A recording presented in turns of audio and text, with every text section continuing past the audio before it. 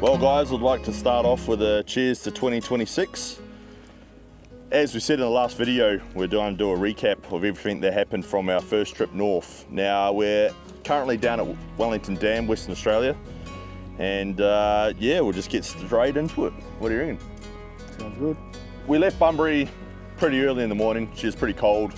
Obviously started heading north. Now we headed up to Cliffhead where we encountered our first little problem. So obviously when we got to Cliffhead, where our first campsite was, I noticed my alternator belt was loose. So the main bolt holding my alternator in on the tensioner was walking itself out. So I had to tighten that back up and get that back tensioned to where it should be. So after camping at Cliffhead, which was an absolute mint spot, we made our way out to Yeeweon Station. Now, this is where Josh thought he could take on sticks. So obviously drove in, wasn't really paying attention. Obviously we were losing a bit of light fall.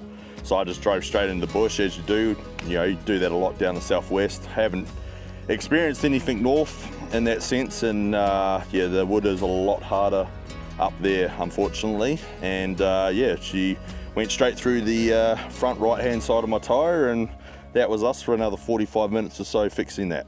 So obviously packing up that morning, we've headed off to Kalbarri, where we were out at Murchison Station and encountered our third problem of the trip. Yes, this is when I felt I had no brakes when we were doing a bit of exploring around Murchison. And I found out that I had somehow rubbed through a steel brake line, which wasn't ideal. So as you would have seen in the video, I ended up blanking it off and I got one hot shotted up from Perth. Shout out to the boys up there, Tommy, for hooking me up with a part supplier in Perth and getting it hot shotted up to Exmouth. So after leaving Murchison Station, we made our way up to Quobba Station, which is just outside of Carnarvon. Wicked spot. If you get the chance, go and have a look. We stayed there for a few days, tried to catch fish. That didn't happen. And then once we left Quobba Station, we made our way out to Wawara Station, just southern side of Coral Bay, which when Josh encountered a problem we weren't expecting at all. Yeah, so obviously the turbo actuator let go. We ended up at a petrol station where we pulled it all apart and tried to get it going again. That obviously didn't happen. Unfortunately, had to limp it all the way to Wawara Station, where we were stuck for at least 2, maybe 3 days. I think it was 3, wasn't it? Yeah, I think it was 3. Where we ended up shooting into town, which was kind of a good thing in a way. As you've all seen, we managed to get the parts needed for T's Hilux. I was on a roll. That's so good to go in the video. T's got a Hilux, guys. Yeah, I've got a Hilux. He's got the Hilux. Good looking Hilux, isn't it? Yeah, that's a good looking Hilux. They only made like a few of these models, you know? Yeah, once in a blue moon. Don't worry about the badge on the side, that's not part of the vehicle. No. Just a decal, you know. One of those cool fellas. Alright, so yeah, so the turbo actuator let go. We headed to a petrol station where we pulled it apart and hoping that we'd be able to engage it again. But unfortunately it was too far gone. So we ended up limping it all the way to Wawara Station, where we spent 3 days there. We did end up going into Exmouth, getting everything that we needed. So we ended up getting one hot shotted up, as you've seen in the last video, the brake line for T's Cruiser, and we did a full repair day. Now, as we were leaving Wawara Station, this is where it gets interesting, folks. It does, it gets very, very interesting. Something happened, and it just happened way too quick, unfortunately. So, driving along, a whole lot of smoke started pouring out. I personally thought at that point in time it was limestone. Now, obviously looking in the rear, I had the aircon on, I couldn't smell anything at that point in time. I'm looking in the rear, seeing a lot of white smoke, and obviously, as you all know, when you drive down limestone, doing about 90, 100 kilometers, it wasn't, it honestly looked like it was just limestone dust that was just flaking around. Unfortunately, I then started smelling something and pulled over. Frustrations went through the roof. The engine, straight away knew the engine was kind of gone. You don't have that much smoke going, especially white smoke. and I've stormed off. T's jumped out, had a look over the car. We ended up having to tow it out to the main road, which was a pretty good spot, to be honest with you, where we ended up having to strip the vehicle down and go from there. Yeah, it was really weird. I remember being behind you, and then, I don't know, I was just like, everything was going to the left and the road went right. I was like, something's not right. Then that's when I got the big whiff of burning oil, and then pulled up and seen Josh out in the grass kind of collecting his thoughts is what I'm going to call it. And yeah, and we kind of towed it back out to the main road and started fault finding from there pretty much. Big shout out to the boys from CGD Performance in Collie. There were lots of phone calls made that day. So big ups to them to helping us kind of diagnose what actually happened to the Luxie. So, obviously the engine decided to let itself go and we end up chucking on the tow truck. Now, the little breakdown of that part was $980 odd for the RAC roadside assistance. Now, because I decided to call them up that day, the moment that it all happened, this fee that we ended up having to pay, which was $300 from that point on. And then obviously the round trip was the rest of the money. So it comes to about $980 odd. That got then picked up from the side of the road in the little depot area that we were, then taken up to Exmouth to Gascoyne Haulage, where we paid $900 plus $90 extra for the GST on top to get hauled back to Perth. Once that's gotten back to Perth, it had then been sent down to Collie. Now, while that was happening, T and I decided to head up to the Onslow Rodeo and finish off the rest of the trip, where we then ended up shooting it straight back home due to the fact that we didn't believe that we should continue on with everything that had happened, as well as only running one vehicle on the full remote area that we were wanting to hit on the way back. It was going to be too risky to try and go where we wanted to with one vehicle, because if something had happened, it's not worth it. Like, it's better to have two vehicles, so that's why we made that collective decision. So now this is the interesting part. So we're going to break down our fuel consumption, how much litres we use per 100, and what our kind of fuel bill that we encountered was. The figures may be quite interesting is what I'm going to say. So, for me and the old cruiser, so obviously me doing the whole trip and going back down to where we started, down south, I did 12,596 Ks. I was averaging at 18.3 litres per 100. So I did roughly paid about 2,300 litres of diesel, that's what I used, at a cost of $4,508. So, I mean, my motor just got rebuilt. I still got to tweak it a bit, but she was up there. I'm not gonna lie, it was up there. All right, so the Hilux.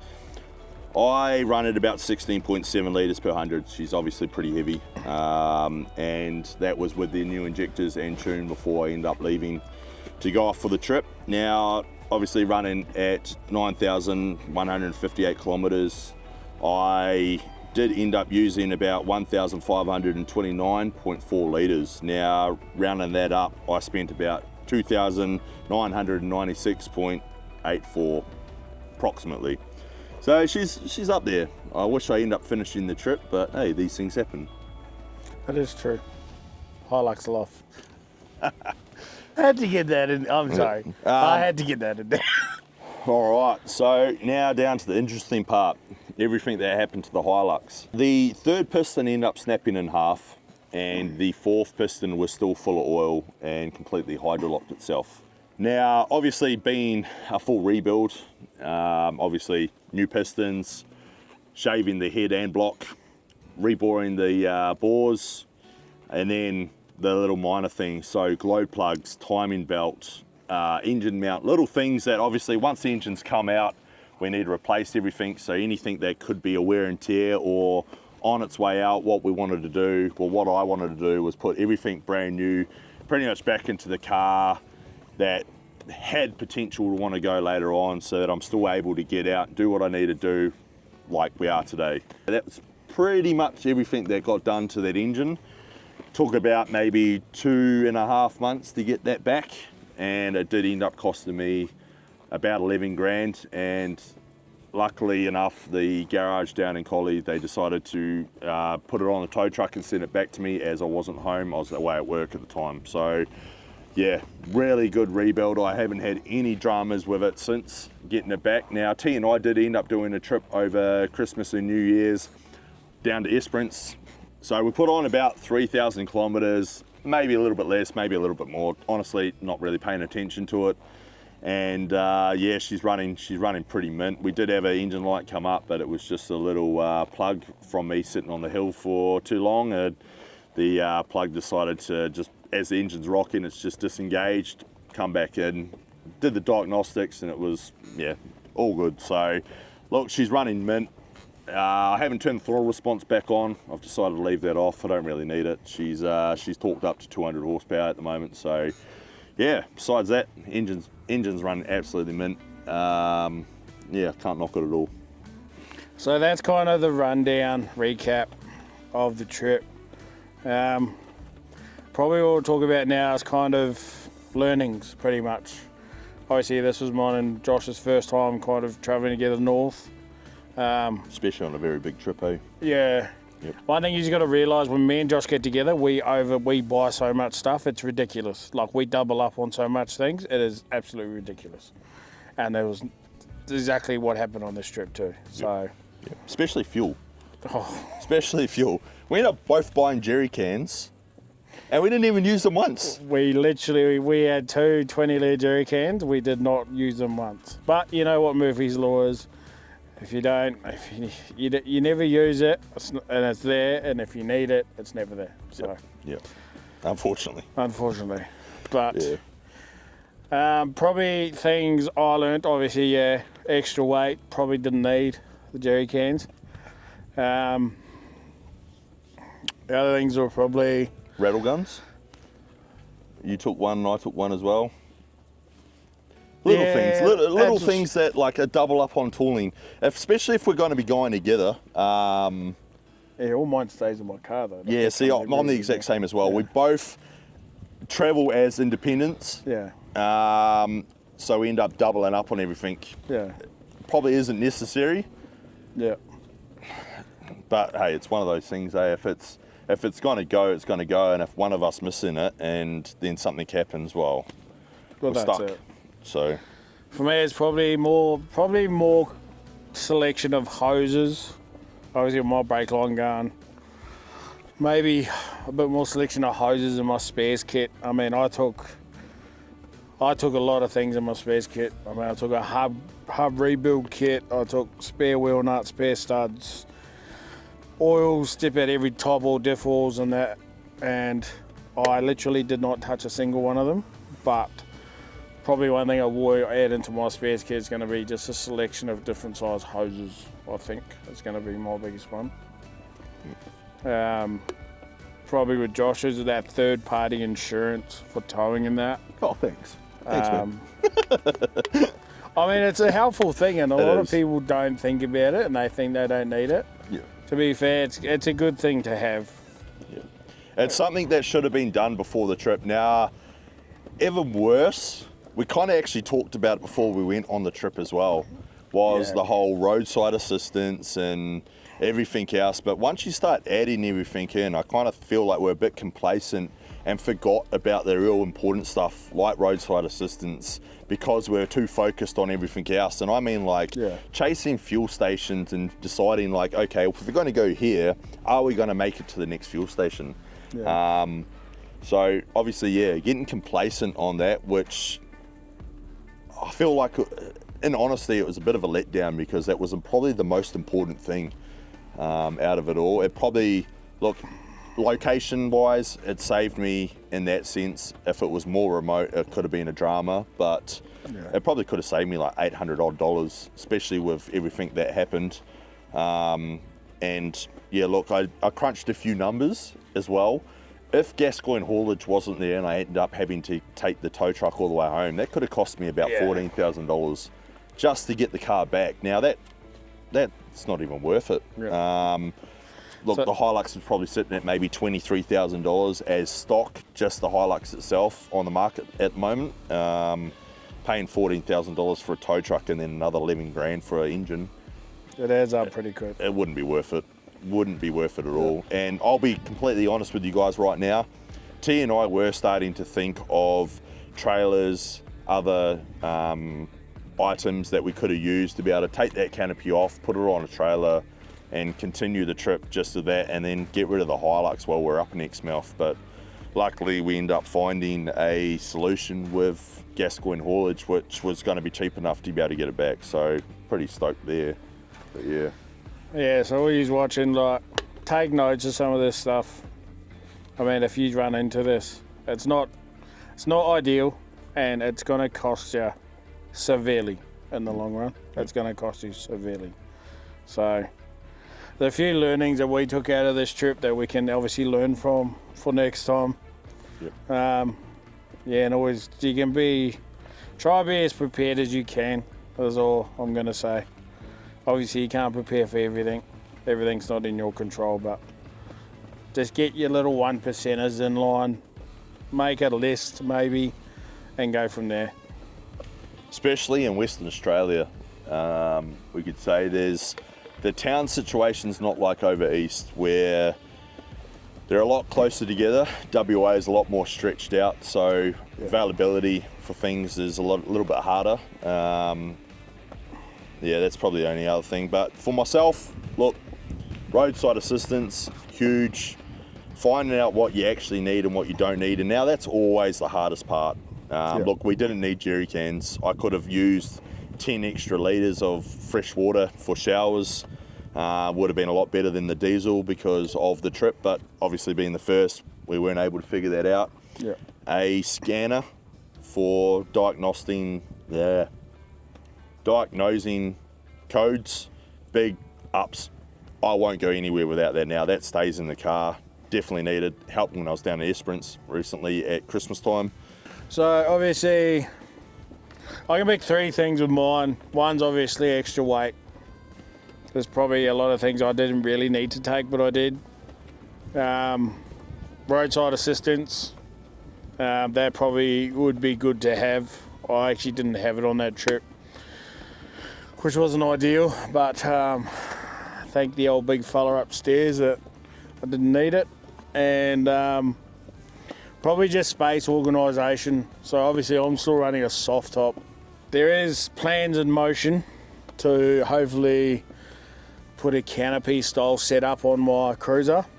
It's still a work in progress is what I'm going to call it, but that'll help with kind of organising of tools, stuff and that, and just a bit better for weight distribution in that as well. So yeah, that'll help with some more upcoming trips we've got planned for the year as well. So yeah, watch this space, see what happens to the cruiser. So obviously you can take some learnings to what we did, but the biggest thing as we can say is just take the trip, get out there and explore. I mean, we're not going to have access to all these places where we can go forward driving and adventuring. So biggest thing we can say is get out there. If you've got a four-wheel drive, or if you haven't, go and explore wherever you are. Just get out there and go do it. Honestly, my very first trip solo, besides being around obviously my old man and camping like we did when we were younger back in New Zealand, but my very first one was putting my swag on the back of a moped and heading up to Dwellingup. Now, it was just basic. You just learn off everything. Now, if you are planning a big trip, go out for a few days, stay as long as you can. Take everything that you think you need, and then you'll find out the difference going, oh, I need this, or I don't need this. We're still doing it.